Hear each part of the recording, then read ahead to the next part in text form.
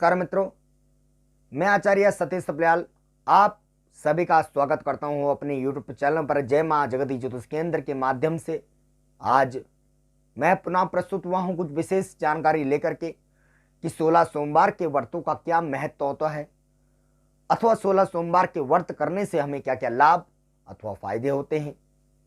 16 सोमवार के व्रत के दिन हमें क्या क्या नियम करने चाहिए अथवा इन व्रतों को हमें किस किस महीनों से स्टार्ट करना चाहिए।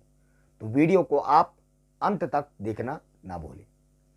मित्रों, देवों के देव महादेव जगत के पालक अर्धनारीश्वर के रूप में भगवान शंकर शिव जी शीघ्र प्रसन्न होने वाले देव माने जाते हैं। शायद इसी कारण भक्तगण उनके विभिन्न रूप में आराधना करते हैं। भगवान शंकर के इन व्रत आराधना में कुछ तो अत्यंत सरल होते हैं पर कुछ अत्यंत कठिन माने जाते हैं। इन व्रतों में से एक व्रत 16 सोमवार का व्रत भी होता है, परंतु इस व्रत को करने से हमारी समस्त मनोकामनाएं पूर्ण हो जाती हैं। वैसे तो इस व्रत को कोई भी स्त्री या पुरुष कर सकते हैं किसी भी विशेष मनोकामना के लिए, पर विशेषकर यह व्रत एक अच्छा जीवन साथी पाने के लिए, दाम्पत्य जीवन में सुख समृद्धि लाने के लिए, संतान की प्राप्ति के लिए अथवा हमारी जन्म कुंडली में कोई भी ग्रह अगर अशुभ चल रहा हो, कोई भी ग्रह दशा अशुभ चल रही हो, तो उनकी शुभ फलों की प्राप्ति के लिए यह व्रत किया जाता है। इन व्रतों को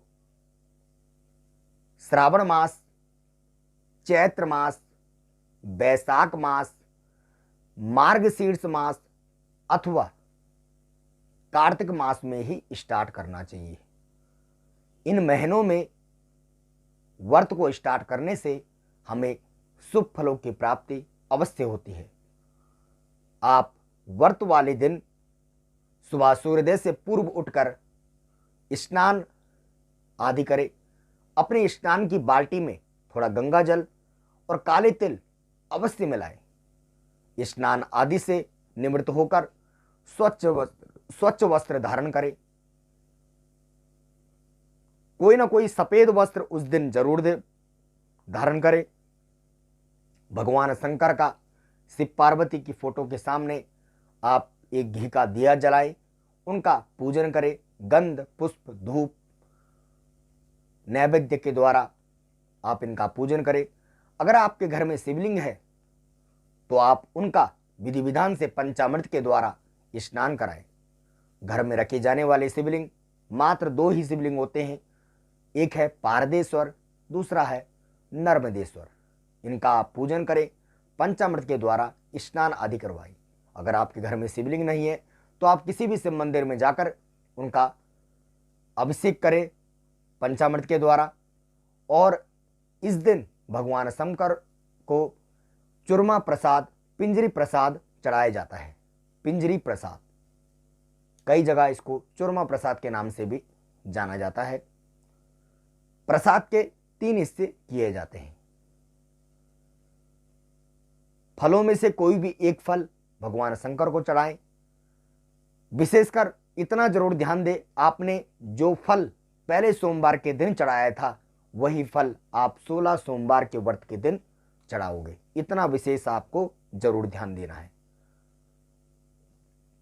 दिन के तीसरे प्रहर में इनका पूजन होता है, यानी कि शाम को 4 बजे से आप पूजन स्टार्ट करें, उनका पूजन करें विधि विधान से। 16 सोमवार व्रत कथा पढ़े, फिर उनकी विशेषकर आरती करें, फिर उनको भोग इत्यादि लगाएं, पिंजरी प्रसाद और फल। प्रसाद के इस दिन 3 हिस्से किए जाते हैं।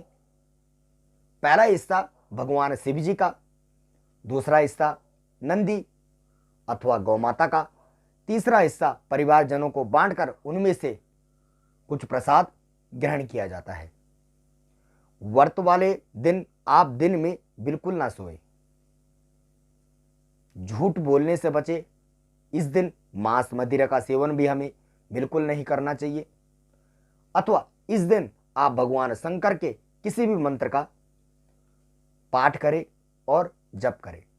ओम नमः शिवाय या ओम त्र्यंबकम जजामहे सुगंधिम पुष्टवर्धनम उर्वारुकम बंधनात् मृत्योर्मुक्षीयमामृतात्।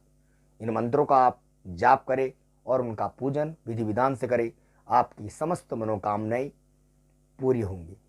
इस तरह की जानकारी आपको हमारे YouTube चैनल के माध्यम से मिलते रहेंगी। तो ज़्यादा से ज़्यादा जानकारी को आप शेयर करें, लाइक करें और सब्सक्राइब अवश्य करें। अगर आपने हमारा चैनल अभी तक सब्सक्राइब नहीं किया तो चैनल को आप सब्सक्राइब करें, बेल आइकन को जरूर दबाएं। धन्यवाद।